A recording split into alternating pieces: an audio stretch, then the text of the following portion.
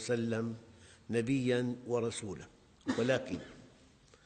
ولكن الحديث الأصل في هذا الموضوع عن أنس بن مالك رضي الله عنه عن النبي صلى الله عليه وسلم أنه قال: ثلاث من كن فيه وجد بهن حلاوة الإيمان.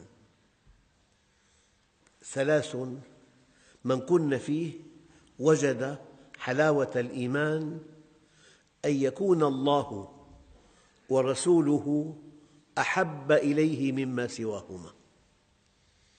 أنا أعلق تعليق: لو سألت 1,500,000,000 مسلم: أليس الله ورسوله أحب إليك مما سواهما؟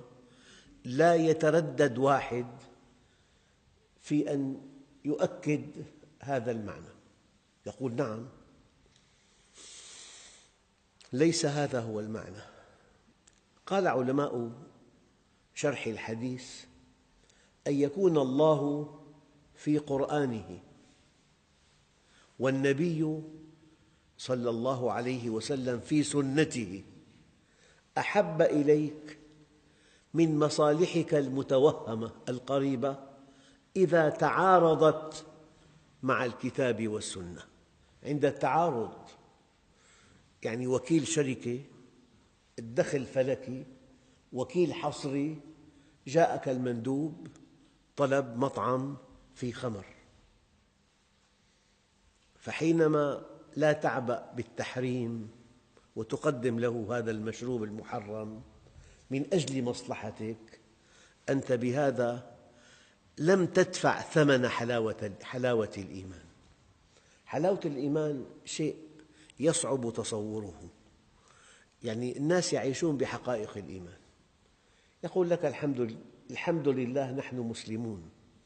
لكن لو ذقت حلاوة الإيمان لكنت إنساناً آخر. ثلاث من كن فيه وجد حلاوة الإيمان: أن يكون الله، يعني في قرآنه، والنبي عليه الصلاة والسلام في سنته أحب إليه مما سواهما من الدنيا وما فيها.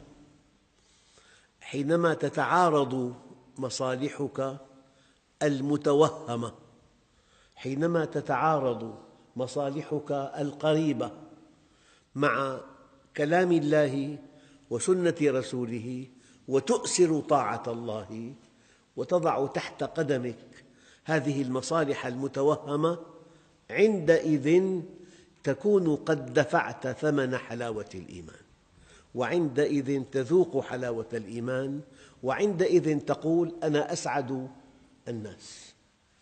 إن لم تقل أنا أسعد الناس إلا أن يكون أحد أتقى مني